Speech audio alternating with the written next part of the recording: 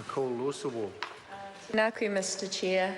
I too would like to begin my contribution tonight by acknowledging many whānau around Aotearoa and Kaikoura, in Te Waipounamu and here in Wellington, who are dealing with the after effects of our latest earthquake.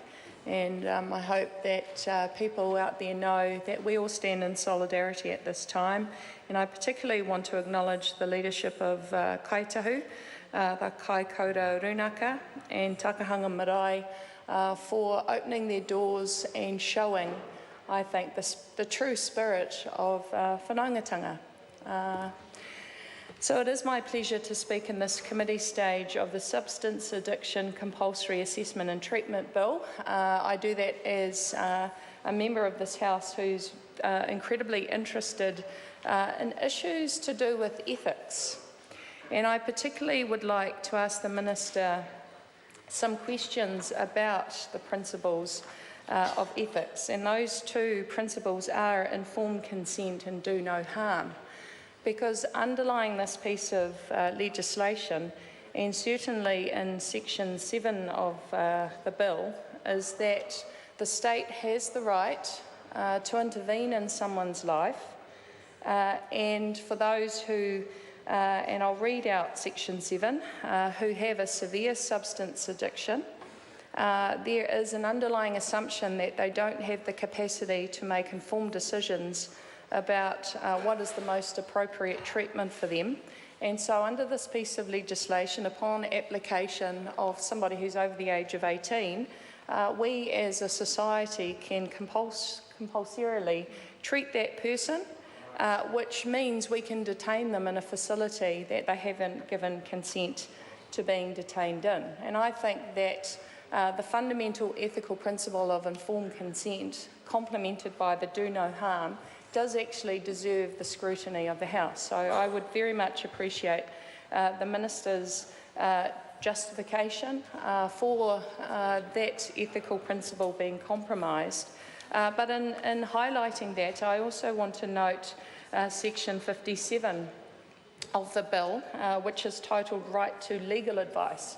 And this section was particularly remedied by the Select Committee process because they did make some changes to the initial bill that was presented to the House.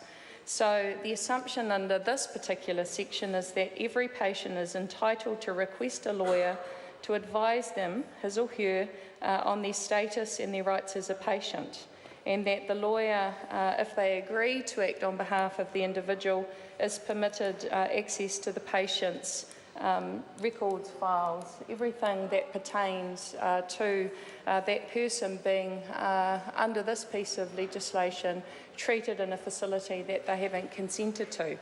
So when I think about the ethical principle of informed consent and do no harm, I actually think the safeguards are within the legislation, but I do think that there is merit for the Minister to talk about those principles.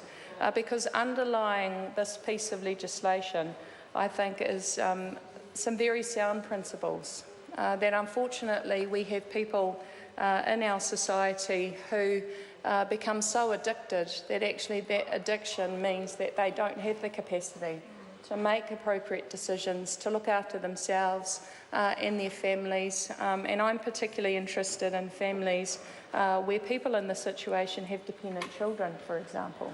So what is the state's responsibility within that context to ensure that the person receives the treatment they want, but also to ensure that the family has some pathway to reunification?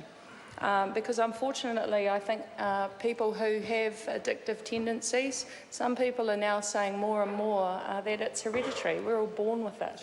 That under some circumstances, there's really nothing we can do to moderate that particular disposition. And so I think that the intention of this legislation, the provisions that we're making are valid, but I also think at this time it's appropriate that the Minister who's responsible for the legislation explains it a bit more thoroughly to the people of New Zealand. Kia ora.